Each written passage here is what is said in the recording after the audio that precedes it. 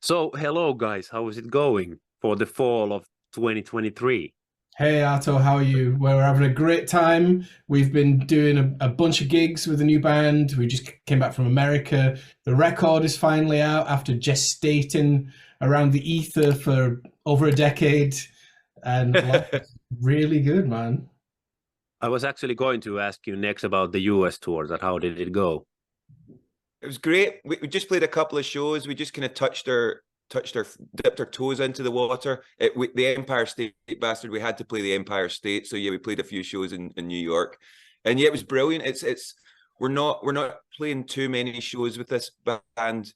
We're trying to keep every gig like as special as it can be and right on the kind of cusp. So we're not doing like massive tours. We're just doing kind of select shows.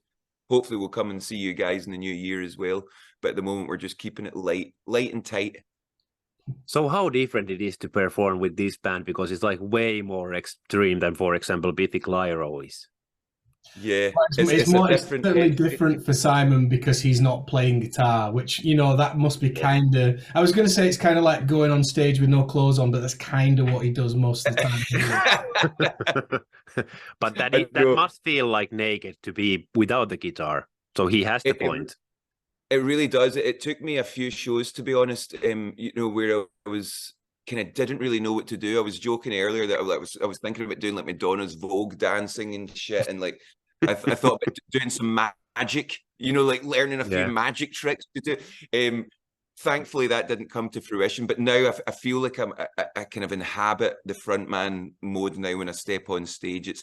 There's a power to see standing there, hearing Mike, Naomi, and Dave building up this fucking torrent of mayhem behind me, and to be able to just stand there and kind of have nothing to do with it but feel like a big swinging dick. It's fucking brilliant, man. It feels good. It's a different, it's not as romantic and mysterious as Biffy, a lot more kind of like just channeling anger. That's what this project is. Everything is right on the edge of falling apart, which is just where we like it. Hell yeah. So how did originally you guys came up with the idea to start an extreme metal band together, and did it felt like sort of like a therapy session to do this debut album together? It really did. I think Simon had the name, me and Simon have been friends now for like over 20 years. And, much of our relationship has just been sending each other just the most crazy, extreme left field music of all genres, and it was always just the idea that one day we'd have our very own crazy ass band. Empire State Bastard was a name that he came up with quite by accident in New York about 10 years ago or something like that. And so we had the name first, and it was just always the idea that, right, okay, well, how are we going to make the music live up to this absolutely incredible name? So it just took us a long time to just basically get to that point, really. So was COVID like a blessing for you in a way that you had like more time to do this? Yes, Arto. It wouldn't have come together probably in this time period without COVID. So as much as that was a horrible time for us not being able to tour, it was really great to be able to go in and create music and really inhabit this band, for months, rather than just, hey, we've got a few weeks off, let's make a record. We didn't want this to be that. We owe each other more than that. We've talked about it for so long, and we didn't want to let each other down. We wanted to make sure that it was us operating at the peak of our powers, and that's kind of the pandemic made that happen. But the funny thing is, as well, that Mike and I are the only two people that I know that love really abrasive, harsh, noisy music in all forms. Obviously we started with metal music. That was why we've ended up here. It's like that's the music that turns us on. But other people leave the bus lounge when we put on music. Arto, like Ben and James leave, Gambler leave, and Gambler likes some weird shit as well. But everyone dissipates, and it's normally just me and Mike going, "Yeah, this is fucking awesome." So we knew that we had to do something together, because there's very few people that share our kind of wavelength, I guess, and it's a privilege to work together in different ways. I do feel really, really lucky to be able to do this with who I consider, and just to blow smoke in Mike's balls, and consider one of the best fucking guitarists in the world. Mike can do anything and play anything. So again, that's part of the reason I didn't pick up my guitar, because I don't want to be playing a G and a C minor over this shit. Ain't no harmony in this band, man. No harmony, no melody. So what's like your history when it comes to like extreme metal and extreme music in general? What was like the first band that you sort of heard when it comes to like more extreme type of music? I guess we've got slightly different roots in. For me, the first band that I felt was extreme and spoke to me was a band called Willhaven from Sacramento. And I know that they're not the most extreme band, but that was the first time I heard someone physically scream, not trying to like do a rock voice, not trying to roar. I'm talking about someone trying to get just pure catharsis, just pure feeling. So when I discovered Willhaven, I then went through some Revelation Records type stuff, and then ended up with Converge and bands like Converge and bloody who else? Nails, you know. There was a brilliant band called Black Breath. I don't know if they're still, you know. So so that kind of real. I came a bit more from the kind of US hardcore stuff, that really kind of out there, kind of Dillinger type stuff. That was what I was into. Mike maybe comes from a slightly different kind of background, I guess. Yeah, I'm ever so slightly older than Simon, so you know, it was sort of mid-80s. I was already like born listening to Black Sabbath, and then it, you know, you sort of get from there to Slayer in like 1985, 1986, Anthrax, and then Napalm Death, and just stuff like that, and bands like Siege. I just from that, all the sort of Mike Patton stuff, your Phantomas and all that kind of stuff. It just became this barometer of like, okay, I'm this guy who listens to just stuff that sounds fucking wrong and that will clear a party in a hot second. You know, I've definitely been through phases of discomfort and sadness in my life where I have listened to comforting music, but as I get older, what I'm realizing actually is that there's no fucking point. You may as well, if things are going fucking really bad, fucking get your top off and turn the fucking Melvins up. That's the only way to deal with it. So, so obviously you now mentioned that Slayer was an influence, and you ended up scoring Dave to play drums on the album. So we scored Dave Lombardo. I like that. but how important piece of the puzzle he was to this album itself? Dave Lombardo is an important aspect of any fucking band that he's in. He's a key component. Even bands he's not in, mate. Exactly. Part, and even if he wasn't in the fucking band, because that's true. I mean, and that's literally what happened, because before he was in the band, I was writing drum parts imagining that he was, like, you know, before we even thought about ever asking him, you know, I wrote the drum parts as being Dave Lombardo. And so he was an important component before he was ever in the fucking band. How good is that? It's kind of like we manifested it, Arto. It's you know, if it wasn't for the pandemic, we probably wouldn't have chanced our arm. That was, we knew that Dave, you know, he's such a busy player, you know, he plays in so many great fucking bands. So we probably wouldn't have tried if we didn't know that no one was touring. And I'm so glad we did. You know, it was just, everything came together, and it gave us a kind of stamp of approval that maybe we needed at that point, because no one had heard the music apart from me and Mike, and we loved it, but we didn't know if it was going to just be a record, whether it would become a band, whether we'd even release it at that point. But when Dave Lombardo came back and said, I'm going to play in this record, I can't wait, I fucking love it, we were like, right, we're on to something. And Dave's commitment to the record and to touring with us is just, it's blown our minds. And to work with someone who's been a part of heavy music, and really all modern metal is based around what Dave and Slayer did at that point, especially modern drumming and things. But, you know, like, to think that he is still as hungry for new music, for new experiences and new inspirations, that is what blows our minds as much as anything. You know, it's a real testament to what an actual musician and creator Dave is. He's not just someone that wants to kind of have a brand behind his head and just do the same shit for the next 40 years. He's a seeker. You know, that's how he's an example to us all. He's an absolute freak of nature as well.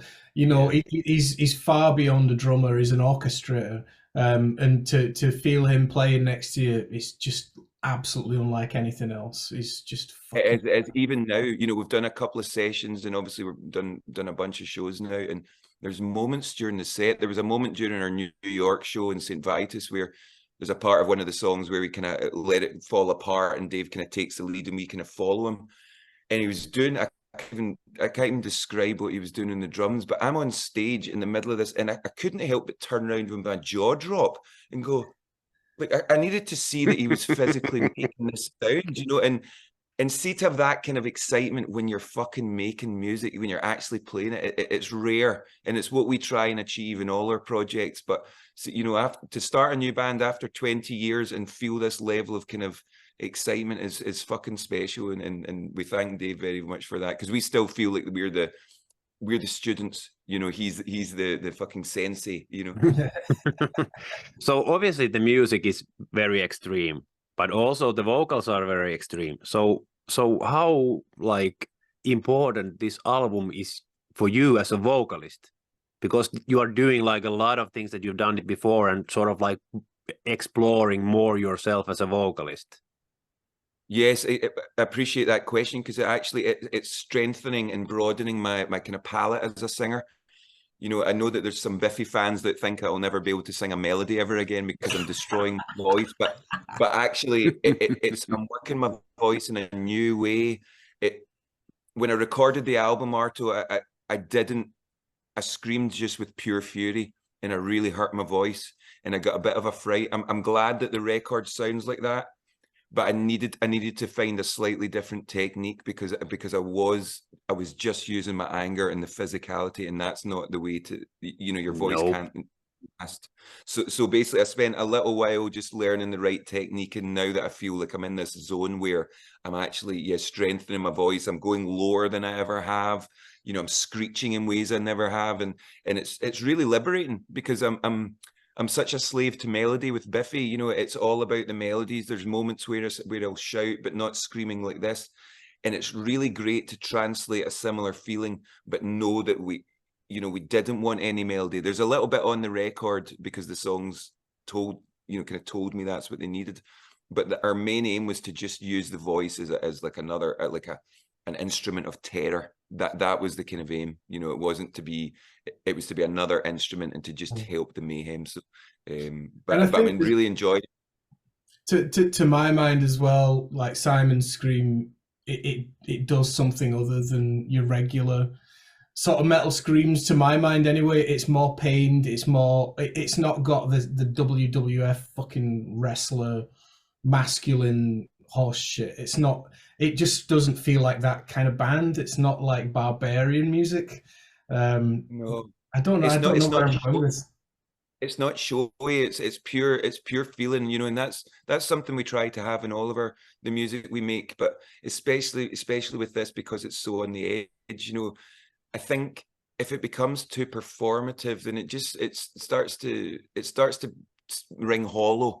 You know, there can be something hollow if I see a really heavy band and I feel that there's this, you know, they could be in the circus. The same people could be doing a similar show in the circus or something. I want to see people that fucking mean it, and you see that the veins in their neck bulging out. You see their fucking fingers bleeding. That's what this band is. That's you know, that was what turned me on to heavy music. Was hearing Jacob Bannon scream, was hearing Grady Avenel scream, even hearing Max Cavalera and fucking Chaos AD. I still don't know how he gets his voice to sound like that. It's fucking insane. Phil Anselmo's ruined his voice from giving everything for fucking years, you know. And that's right up my street. That's where I really wanted my vocals to sit on this.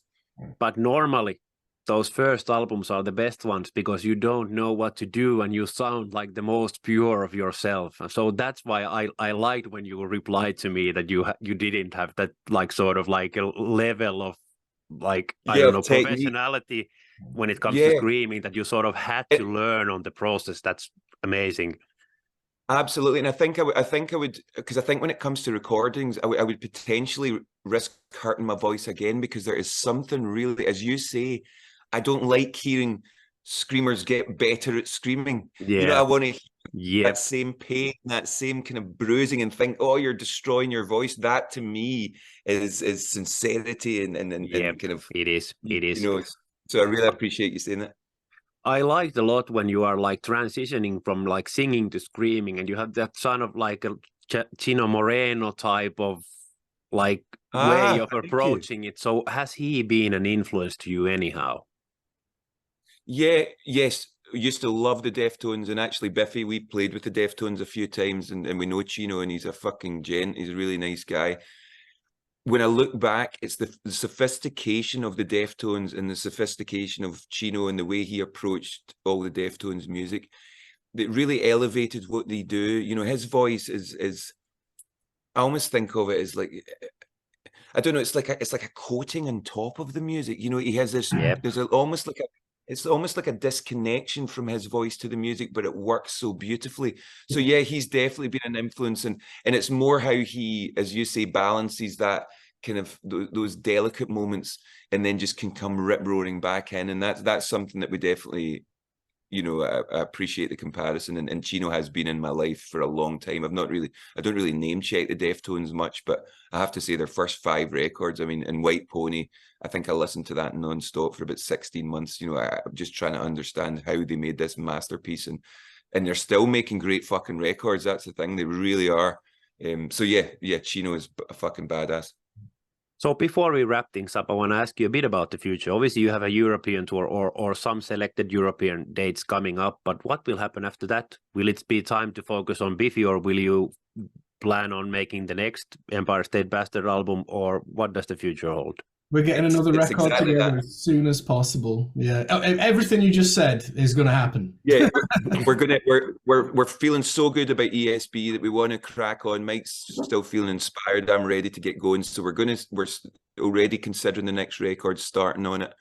We'll be doing a bunch of shows next summer, and hopefully a few ESB shows before the summer.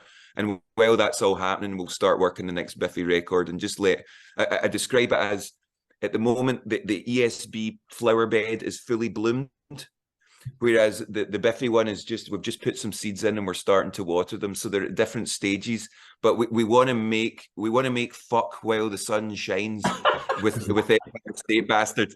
You know, it's feeling so good to play.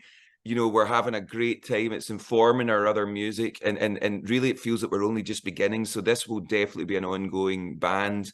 This won't be like a one and done. We're going to make another record soon. We're going to play shows, and then when we go back to Biffy, we'll come back to Empire State Bastard as well. This feels like a necessary outlet for myself and Mike, and it kind of balances nicely with the other music we make. So there's no kind of cross pollination. It's like this lives separately.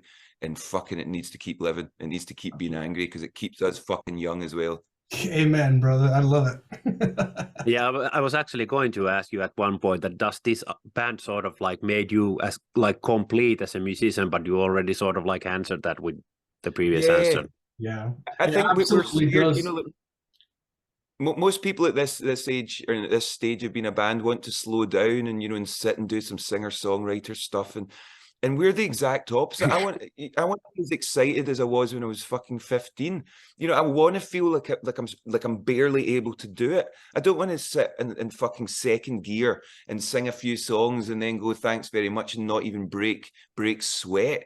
You know, that's not what got me and Mike into music. So why the fuck would we move there now? Yeah. So you are challenging and pushing yourself as further as you can go. Yeah, it's an absolutely breath of fresh air to be making music like this in, you know, at the age that we're at. But you know, all we need now is for John Zorn to ring us up, and then life will be complete. Absolutely, John Zorn for the next album, man. That's it. Hey guys, thanks a lot for taking time to do this interview with me, and all the best for the future. Anything you want to say as a closure to all the fans? Yeah.